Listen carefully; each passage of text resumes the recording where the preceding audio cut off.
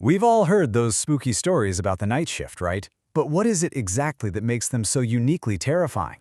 Well, in this explainer, we're going to break down the anatomy of that late-night dread. This quote, man, it just perfectly nails the core of night shift horror. It must get lonely. See, it's not an obvious threat. It's an observation. It's a quiet reminder of the isolation, the vulnerability, and that loneliness is the perfect soil for fear to grow in. So, you gotta ask, what is it that makes the night shift the perfect stage for fear? Because look, it's about so much more than just the dark. It's that deep, profound quiet, the kind of solitude that makes every little creak and groan sound like a footstep. It's a setting that takes something ordinary and makes it feel deeply, deeply unsettling.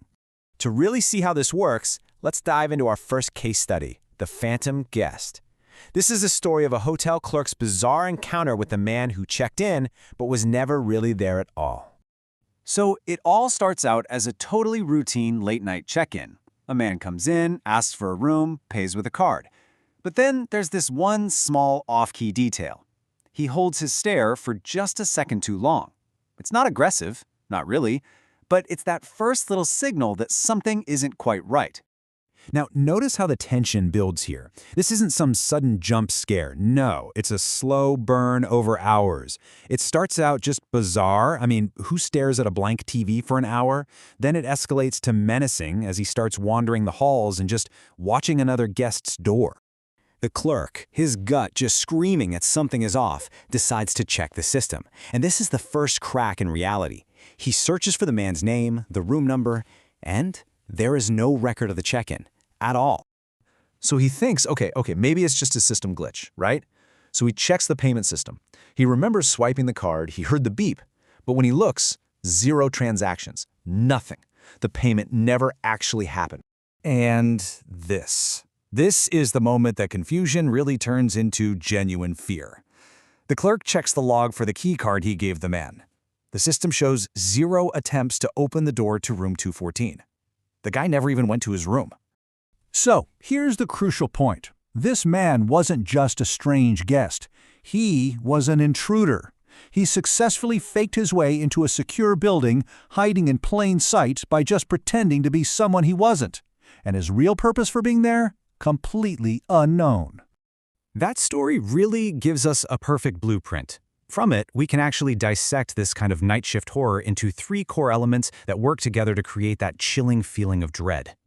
First up, you have the Watcher. Now, this isn't an active attacker. Not at first. It's a presence. It's that primal fear of being observed. And its power comes from the fact that you have no idea who they are, or more importantly, what they want. And we see this archetype in all the stories we looked at. It's the phantom guest watching the clerk from across the lobby. It's the man named Paul just sitting silently in his car. It's the 2 cars staking out the gas station. And in maybe the most terrifying example, it's someone hiding literally under the front desk, watching you, completely unseen. The second element is what we can call the boundary crosser. This is the thing that creates that deep psychological unease. See, when someone ignores the normal, unspoken rules of social interaction, it's a huge warning sign that they might not respect other more important boundaries, like your personal safety. This line from the gas station story is just absolutely chilling. The antagonist, Paul, knows the clerk's name without being told. It's such a small detail, but it's a massive violation. It's his way of telling her, I know things about you that I shouldn't. I've been watching you very, very closely. This pattern is everywhere. It's Paul knowing Meredith's handwriting, and even her habit of checking a door at a specific time. It's the phantom guest crossing a physical boundary by faking his way into the hotel. And that hand reaching from under the desk is the ultimate violation of personal space. And the final element is the glitch in reality. This is when a small detail is just fundamentally wrong, something that shouldn't be possible. It's that moment that completely shatters your sense of a predictable, safe world. Just think about it for a second. A bell ringing on its own. 2 brand new cars with no plates coordinating with each other. A hotel guest who leaves no digital trace whatsoever. Or, maybe the most terrifying, that Polaroid left on the counter. Physical proof that you were being watched up close just moments ago. These glitches are scary because they suggest the rules of reality as you know them no longer apply. So, how do the Watcher, the boundary crosser, and the glitch in reality all come together? Well, let's quickly compare how the antagonists in each of these stories seem to operate. Their methods are all a little different, but the pattern is crystal clear. The phantom guest uses deception. Paul uses intimate knowledge for psychological control. The car watchers use coordinated intimidation, and the desk hider uses pure stealth. And while their ultimate goals are a mystery, the immediate effect is always the same: to isolate, to control, and to terrorize. So what's the big takeaway here? Why do these very specific scenarios get under our skin so effectively? It's not just about getting a good jump scare. The real fear, the deep fear, comes from the violation of trust. You know, we all operate on the basic assumption that a hotel guest is just a guest, a customer is just a customer, and an empty room is empty. These stories show someone using those exact assumptions as a weapon to get close.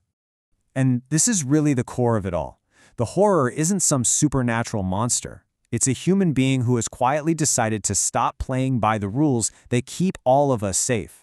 And once they do that, we are left completely and utterly vulnerable.